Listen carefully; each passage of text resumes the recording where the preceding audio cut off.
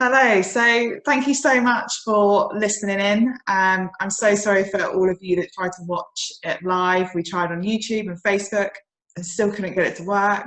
But we'll just record and then we can share that all with you and you can watch it in your own time.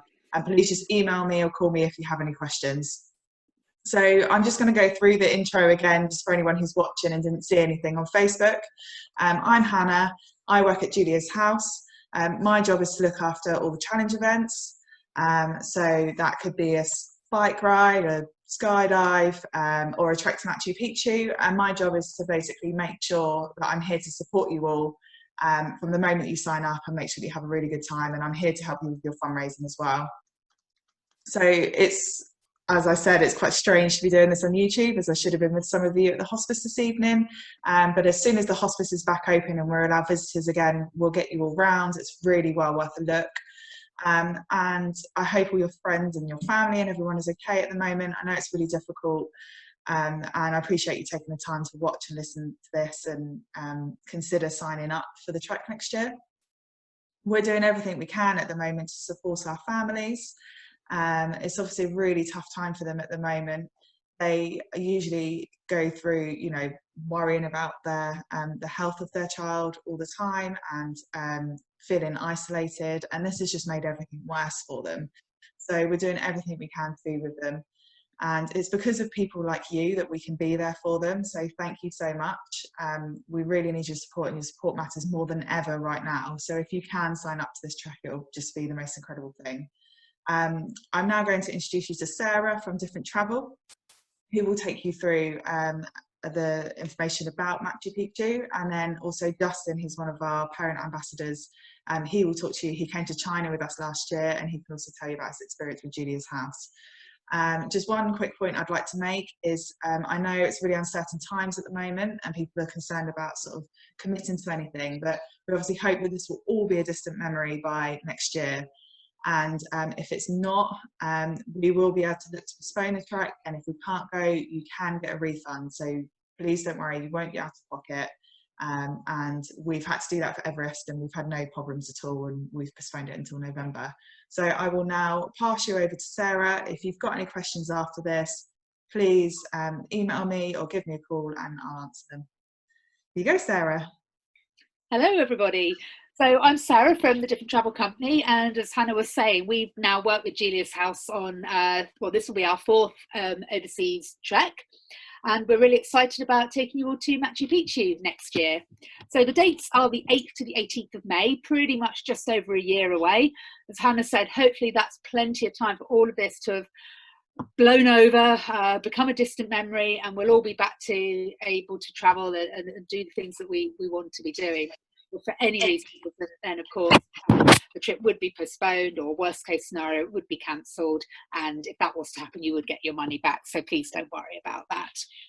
So I'm just going to run through a little bit about the itinerary, some of the frequently asked questions, hopefully encourage you all to take part, because it really is an incredible trek.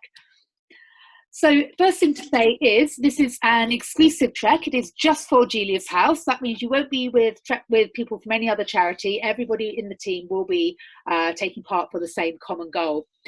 The highlights of the trek itself, the highlight, I guess, is arriving at Machu Picchu, visiting that lost city of the Incas at the very end. But to get there, it is an amazing trek. You're going over high passes, beautiful mountain scenery, through lush rainforest jungles. It's really, really varied. Absolutely everything's included. So once you've raised your money to take part, you really don't need to worry about anything else. So your flights, all your meals, all your accommodation, all your sightseeing, all the entrance fees, absolutely everything is kind of included as part of the package. So first of all, just a little bit about where we're going. As you can see from this map here, Peru is in South America, and it's right sort of in the middle there. It's in the tropical region. It is the third largest country in South America, which makes it 5 times bigger than here in the UK. The Incas are the kind of cultural people, I guess, that nobody thinks about associated with Peru. And they were actually the first people to cultivate potatoes. So interesting fact for you there. There are over 4,000 varieties of Peruvian potato. Alpacas, that's something else that Peru is known for. You're bound to see some while you're there, llamas and alpacas. Time zone wise, it is 6 hours behind the UK at the moment. That's with us being on British summer time. So it typically follows that. Will be 6 hours behind the UK when we go next year. So to run through the itinerary, first of all, it's a flight to Lima. It is, generally speaking, a daytime flight because the time zone is going back in time. You tend to leave in the morning and get there in the evening. We get there pretty late, and that first night we'll just stay in a hotel near the airport. We'll have a late dinner on arrival because it's straight back to the airport the next day.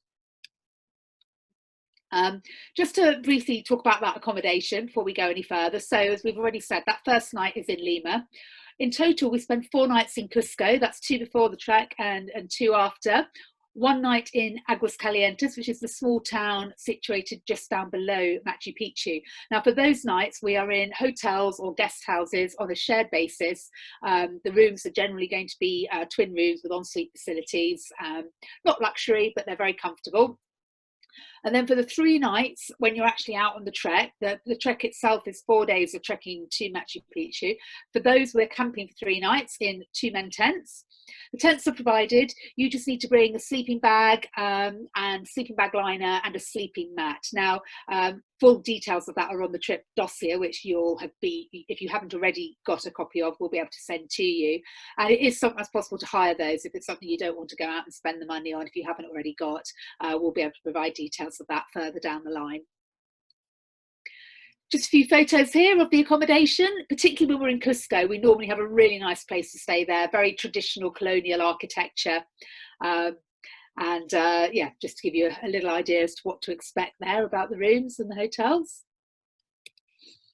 And when we're camping, just to give you an idea here, you've got these 2-man dome tents, which are all pitched sort of in the area where we're going to camp. Typically, there's a big tent, like you can see at the top right-hand corner of the screen there, which is where you'll all sit down to eat your meals, unless it's warm enough to eat outside. While we're on the subject of eating, very important part of the trek. So we have a trek cook who accompanies us on the trek, and all the meals are provided, as I said, 3 meals a day. They're basically fairly simple, but really good, hearty, filling meals. We can pretty much cater for any dietary requirements, so people are vegetarian or gluten-free or any allergies, as long as you let us know. Please do put that information on your booking form. All the water that's used will be boiled and filtered. It's probably a good idea to bring water purification tablets with you as well, just in case. It also means that should you not carry enough with you and you need to top your water bottle up from a stream or something along the way, you can do that.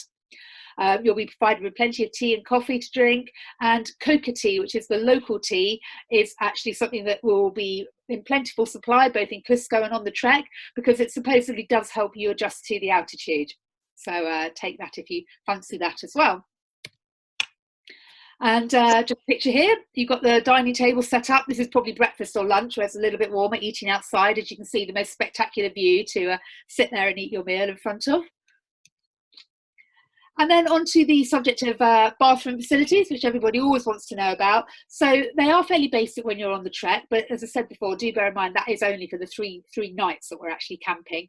So we work on the assumption that they will all just be a toilet tent, which you can see, I think, I'm not sure if I can move, oh, there we go, I can just move that.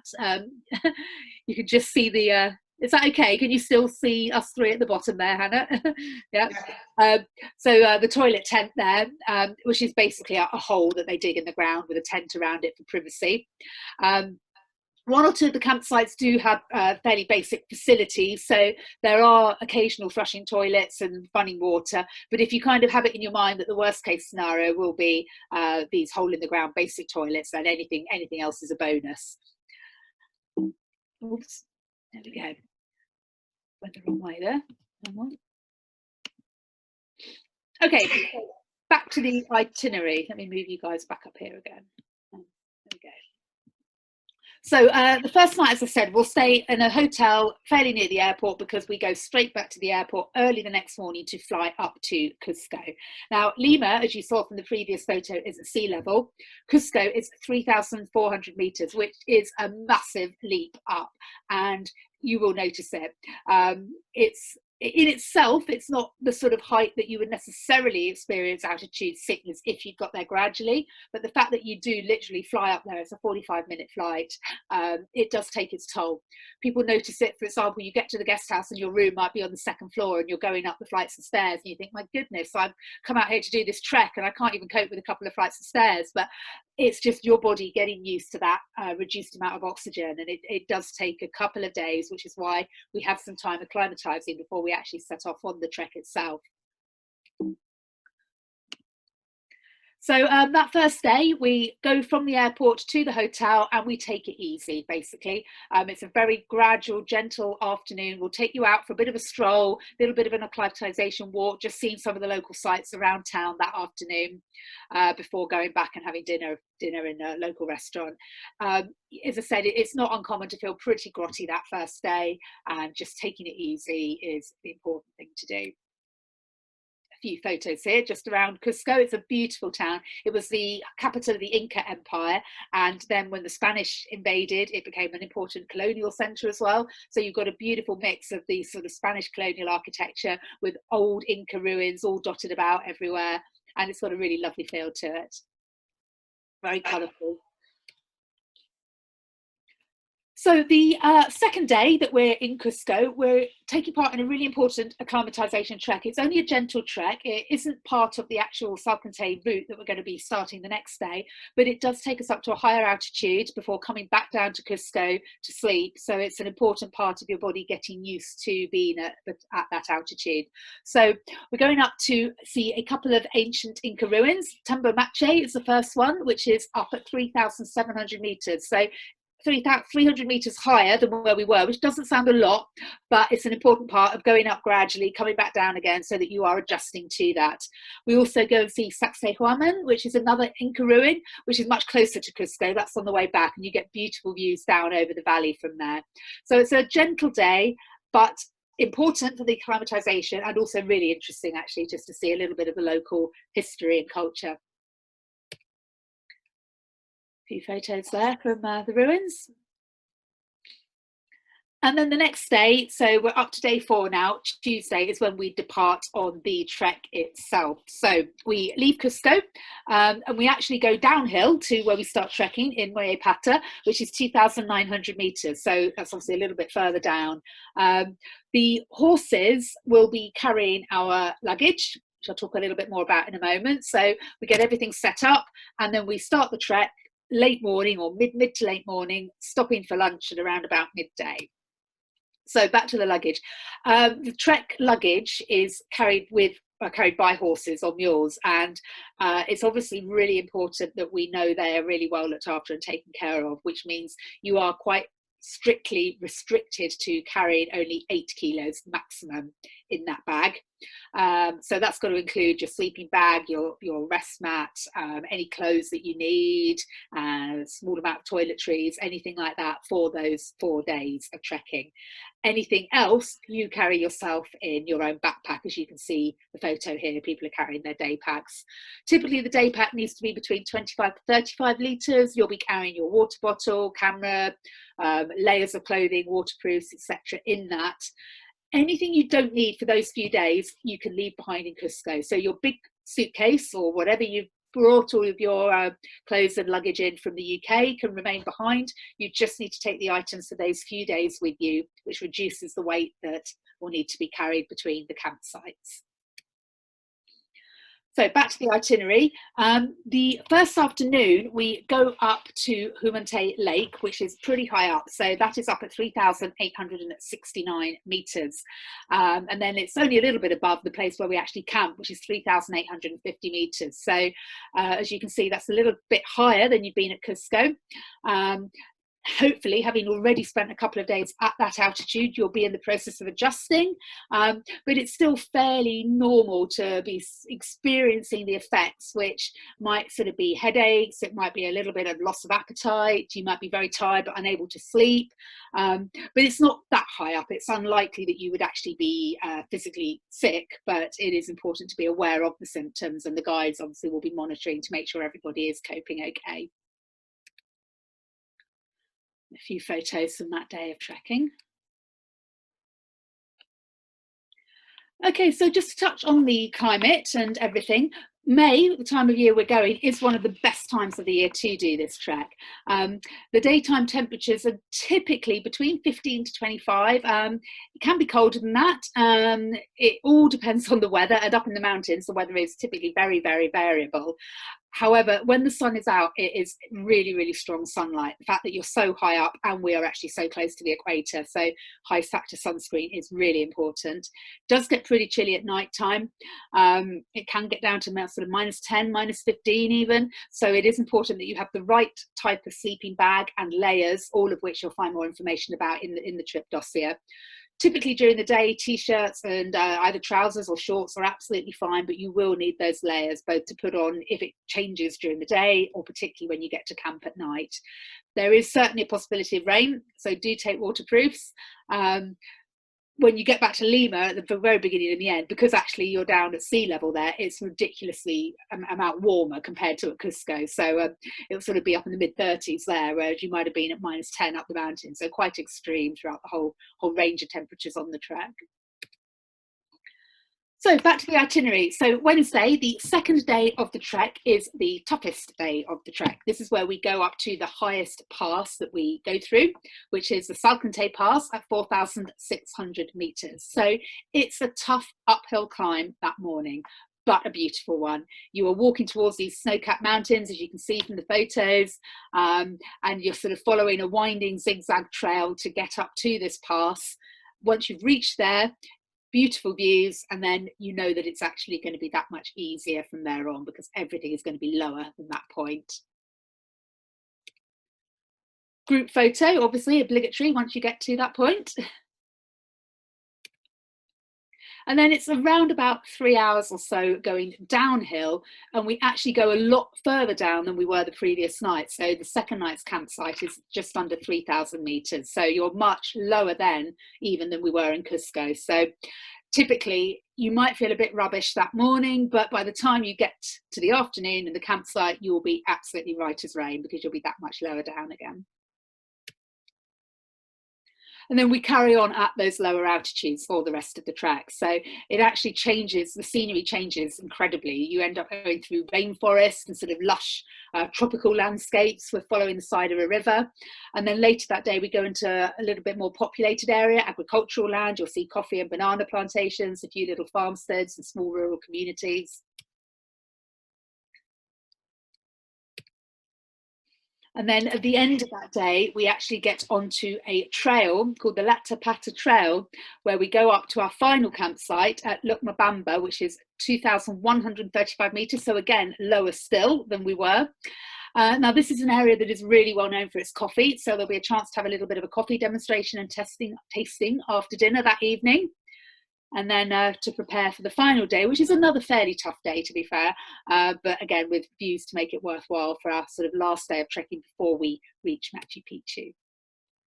So Friday, we go up the Lucmabamba Trail and we go up for about 3 hours. We go up to 2,700 meters. So it's nowhere near as high as we were, but it's still quite a climb from where we were at the campsite. And we get absolutely stunning views across to Machu Picchu on this day.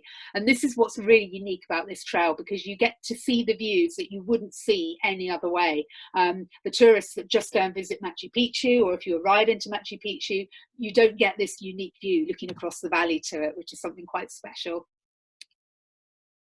So once we've spent some time up there, enjoyed the views, it's then downhill to get to the sort of valley again, where we have lunch, and then we walk along. We follow there's a little railway line that goes along the valley, and we follow that trail to, which again actually has other amazing views of the sort of rear end of Machu Picchu. You'll see different sides to it, including some bits that are only just recently being excavated, which is quite interesting. And we get to the little town of Aguascalientes, which is again lower still, just over 2,000 meters, and then we are back in a guest house for the night. So you'll be back in, it's a very basic guest house, but you'll be in twin share rooms, and you will have showers and toilets and a little bit of comfort compared to your time out camping. And then the next day is, of course, the amazing reward. The reason that we're all going there is our chance to spend a day up in Machu Picchu. We go up really, really early. You go up by bus, and it takes about 15, 20 minutes up a really zigzag winding road. And we get there before sunrise, or we get there around about as the sun is rising. And it's just the most incredible time of day to be there and actually sort of experience the clouds lifting around you, and gradually the site becomes exposed and you get to see more and more of it until the whole vista is there. We're there ahead of all the crowds, because obviously a lot of people do just go on a day trip from Lima or Cusco or what have you. You're really getting there to see it at its best and to give you a maximum amount of time to really enjoy it. So typically what we do is start off with a bit of a guided tour. Some people want to sort of cling on to every word the guide says and learn all about the history and the archaeology. Other people are keen to go off and find a little quiet spot and explore themselves. That's absolutely fine. While you're there, there are opportunities to do a couple of things. You can go up to the Sun Gate, which is one of the famous sort of viewpoints down, or even more spectacular, but it does involve quite a bit of walking. You can go up Mount Machu Picchu, which is just over 3,000 meters, so quite a trek up if you're still feeling up to it after the previous 4 days of trekking. But from there, you do get the most incredible, again, unique views over the whole site. There is an additional cost for that. It's something that we'll be arranging nearer the time for those of you who are interested. But again, you don't need to worry about that now. We'll give you further information on that further down the line. And then later that afternoon, we go back down to Aguas Calientes and we take the train back towards Cusco. The train no longer goes all the way to Cusco. It goes to Ollantaytambo, which is about 45 minutes, an hour or so's drive away from Cusco. We'll get back to Cusco pretty late that evening to have obviously had as much time as possible up at Machu Picchu. But we do then have one final day. So that last day in Cusco is really your day to do what you would like to do. As I've already mentioned, it is a beautiful city. There is an awful lot to see and do. Just wandering around the town, the markets, the shopping opportunities are fantastic. But if you feel a little bit more adventurous, you could choose to go whitewater rafting on the Soraypampa River. That's always quite popular. If you want to carry on doing the walking and do a little bit more of a trek, then you can go up Rainbow Mountain, which has only recently kind of been unveiled and has only so the last few years become somewhere that you can go and hike. There would be additional costs for that, but again, it's something that we can arrange for you, and you can just pay locally if you do feel like doing that. But personally, I can highly recommend the relaxation and last minute shopping idea. It's a beautiful town. There's so much to see and do there. That evening, we'll all get together. We'll have a celebration, farewell dinner. You'll get certificates, and we'll kind of celebrate everything that you've done, all the fundraising, all the training, and that will be the kind of culmination of it. We promise a good night for that as well. Absolutely. And then so the final day, Monday, we basically start our journey home. What we normally try and do, it does depend on the flight times, but normally it's a fairly early flight down to Lima to have a little bit of time there in the capital city before the flight goes back to London, which typically is an overnight flight. So what we normally do is get there, set ourselves up in a hotel where we have lunch, and you can leave all your luggage. You can go off and explore, see a little bit of Lima before we head to the airport sort of early evening. So that will depend on the flight times, but that's normally the way it works.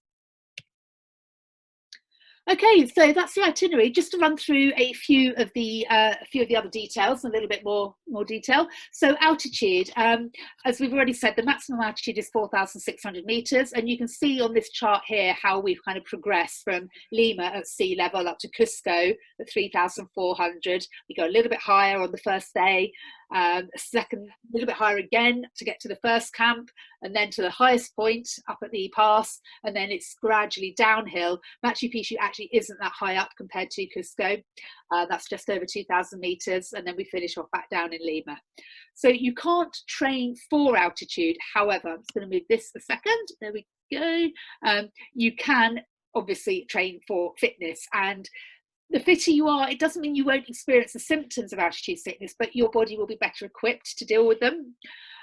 So typical symptoms that you might expect from altitude are headaches, nausea, lack of appetite, insomnia.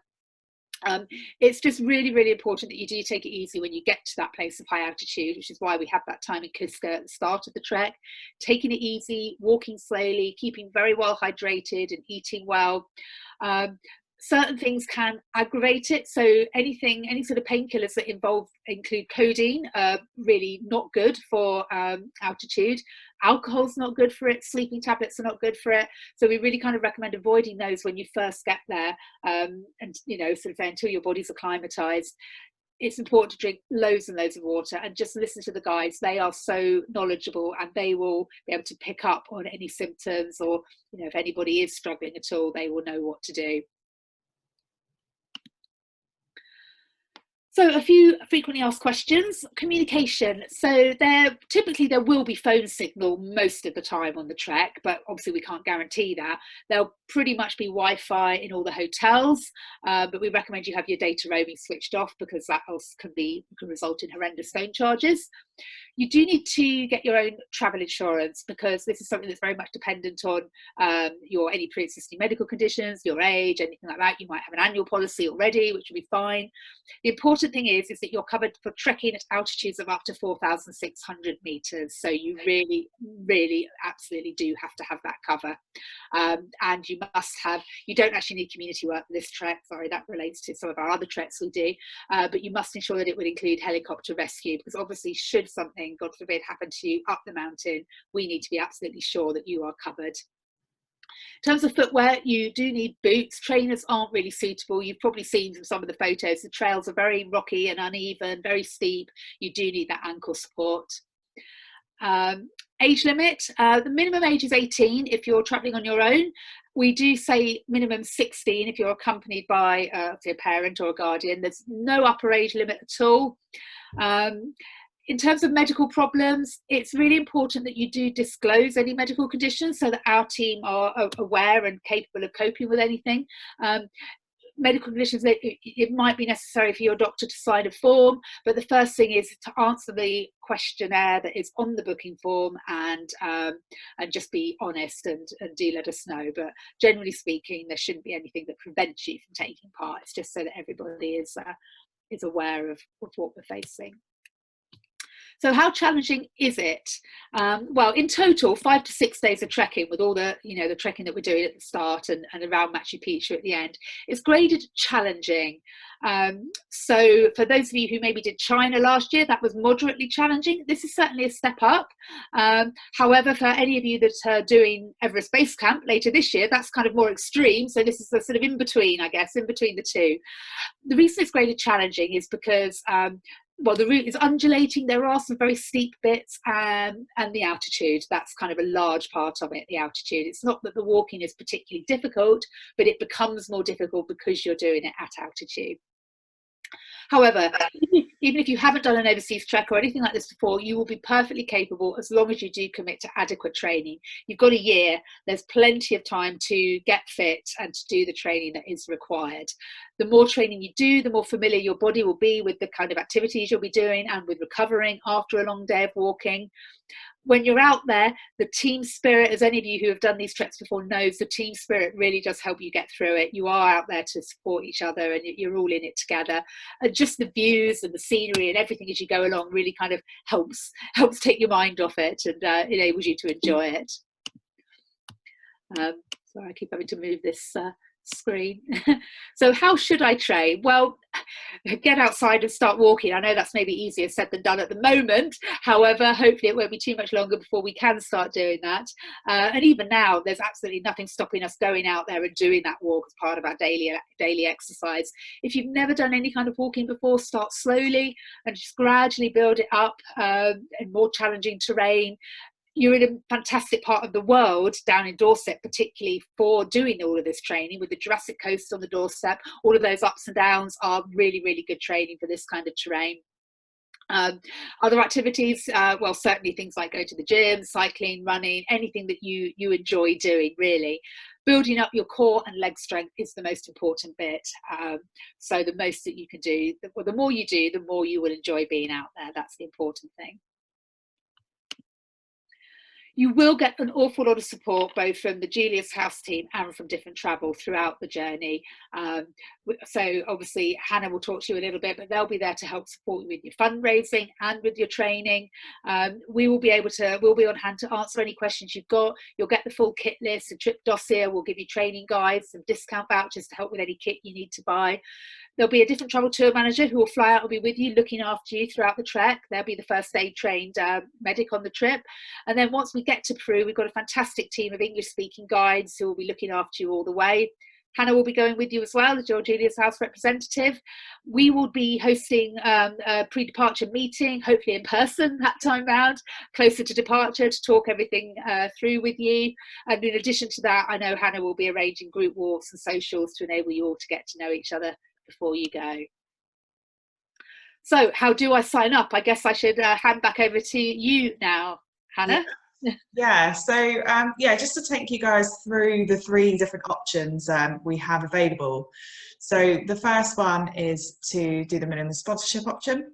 So you pay a registration fee of £495 and then you raise a minimum of £3,900. Some of you might think that's too much and you're worried. Others will have no problem with that, especially maybe if you work for a company that might match funds. It makes things a lot easier. So that's a great option if you feel like you're really confident with your fundraising.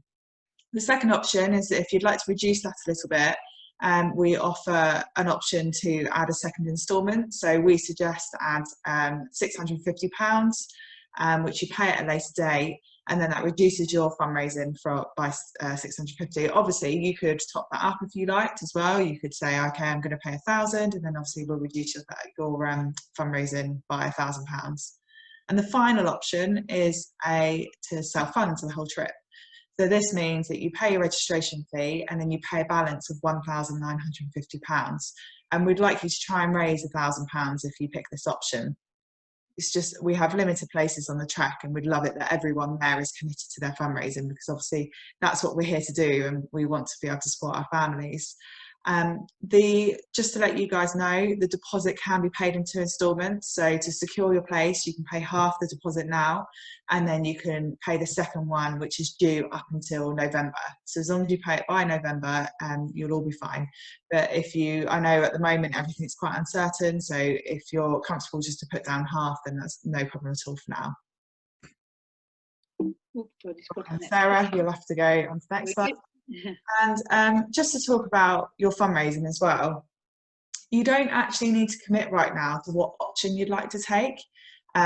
If you feel comfortable that you can raise all the money, then absolutely go for it.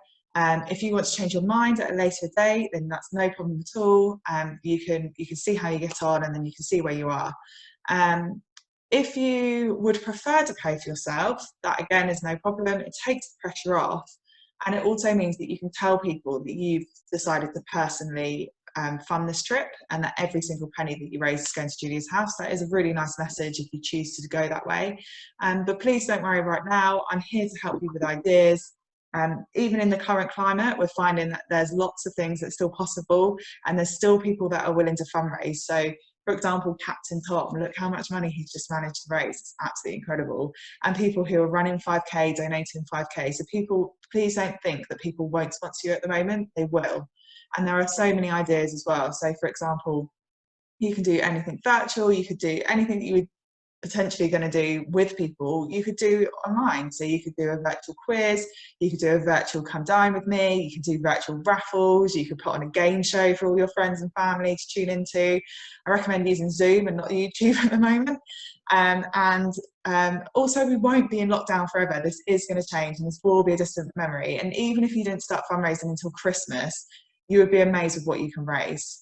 Another really good idea is to sell things. This is what I've been doing for Everest. So I've managed to raise over £1,000 just selling stuff on old stuff on Facebook Marketplace, on eBay. It's amazing what people will buy your stuff for. It's absolutely incredible.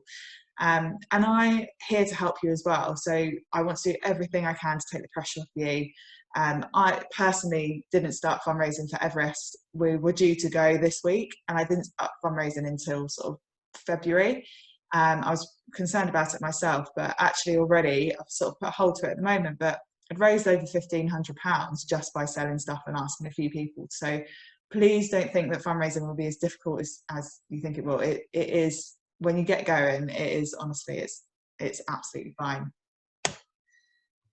So next, we are going to talk to Justin, but what I'll do is I'll put this into 2 parts, which might also make it easier to upload as well to you all.